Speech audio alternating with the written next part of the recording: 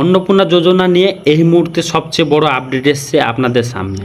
আগামী 17ই আগস্ট থেকে যোগ্য উপভোক্তাদের অন্নপূর্ণা যোজনা 3,000 টাকা করে দেওয়ার প্রক্রিয়ার কথা জানানো হয়েছে। কিন্তু এখন সবচেয়ে গুরুত্বপূর্ণ বিষয় হলো, শুধু আবেদন করলে কি 3,000 টাকা পাবেন? কারা পাবেন, কারা টাকা পাবেন না, কেন, কোন কারণে আপনার অন্নপূর্ণা যোজনা বাতিল হতে পারে, আর আপনার আবেদন যদি আটকে থাকে বা বাতিল হয়ে যায় তাহলে কি করবেন? আজকের এই ভিডিওতে একদম শুরু থেকে শেষ পর্যন্ত সহজ ভাষায় সব কিছু আপনাদের বুঝিয়ে দেব, তাই ভিডিওটি শেষ পর্যন্ত অবশ্যই দেখবেন। 17ই আগস্টে টাকা পাঠানো শুরু করার কথা বলা হয়েছে। 17ই আগস্ট হলে এই টাকাটি আপনাদের ব্যাঙ্ক অ্যাকাউন্টে চলে আসবে। কিভাবে? ব্যাংকের ডিবিটির মাধ্যমে আপনাদের অ্যাকাউন্টে টাকা চলে আসবে। এই সময় কারোর টাকা আসতে পারে, কারোর টাকা নাও আসতে পারে। তাই 17ই আগস্টে সকালে অ্যাকাউন্টে টাকা না এলে একদম ধরে নেবেন না যে আপনার ফর্মটি বাতিল হয়ে গেছে। কারা টাকার পাওয়ার যোগ্য? এবার আসি যোগ্যতা নিয়ে কথা। অন্নপূর্ণা যোজনার নির্দিষ্ট যোগ্যতা ও সরকারি যাচাই শর্ত পূরণ করতে হলে আবেদনকারী দেওয়ার তথ্য এবং সরকারি রেকর্ড যাচাই করা হচ্ছে।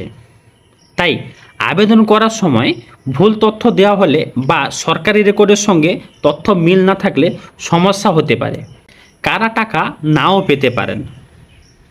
এখন খুব গুরুত্বপূর্ণ অংশ, শুধু আবেদন করেছেন বলেই টাকা সবাই পাবেন এমন নয়। তাই আপনার আবেদন করা আছে মানেই টাকা নিশ্চিত, তাও ধরে নেওয়া ঠিক হবে না।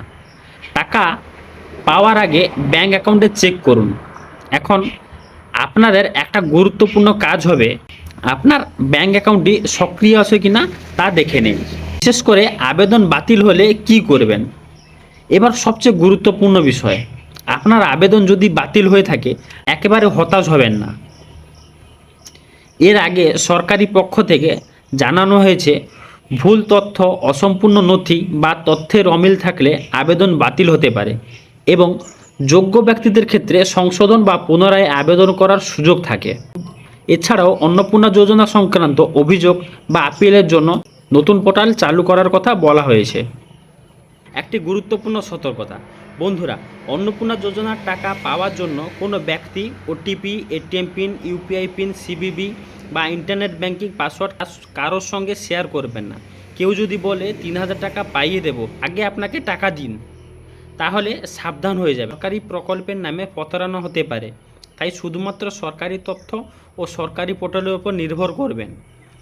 শেষ কথা, তাহলে বন্ধুরা আজকের ভিডিও থেকে মূল বিষয়গুলি একবার মনে রাখুন। অন্নপূর্ণা যোজনার যোগ্য মহিলাদের জন্য 3,000 টাকা মাসিক সহায়তার কথা বলা হয়েছে।